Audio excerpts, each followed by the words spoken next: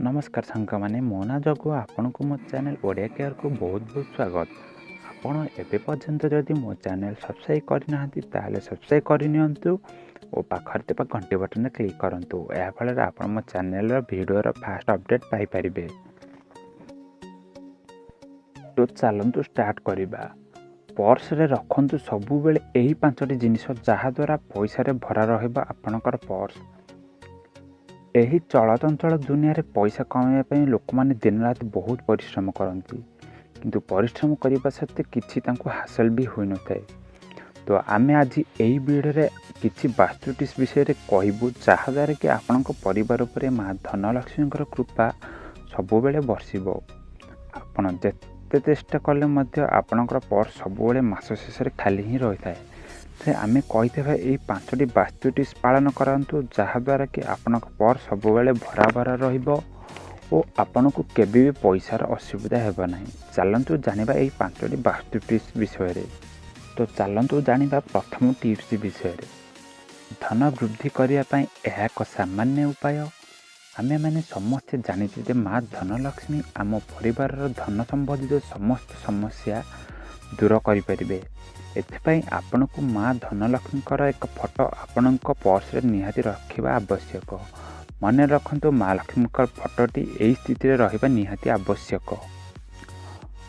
तो second tips होची उस्त गछर पत्र। उस्त गछर पत्र हिंदू धर्म अनुसार उस्त गछर पत्र सबुबले एक पवित्र देवता रूप में मानि आसीचे। गोटे ताजा उस्त गछर पत्र गंगा जल धोई नियंतु।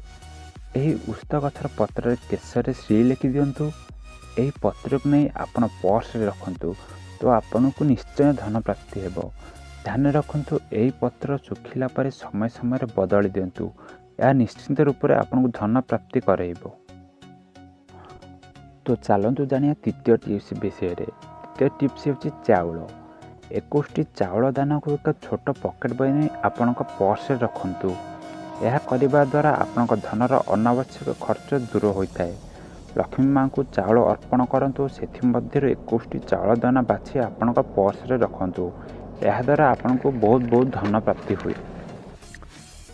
तो चतुर्थ टिप्स होची जदि आपन को आपनकर माता पिता और आपनकर जेजे जेजेमा और वयस्क लोकन ठारू भल पाइबे सो किछि पैसा जदि दियंती तेबे आपण ताको पर्स रे साइते रखंतु और ये पैसा को आपण केबे भी खर्च करंतु नहीं।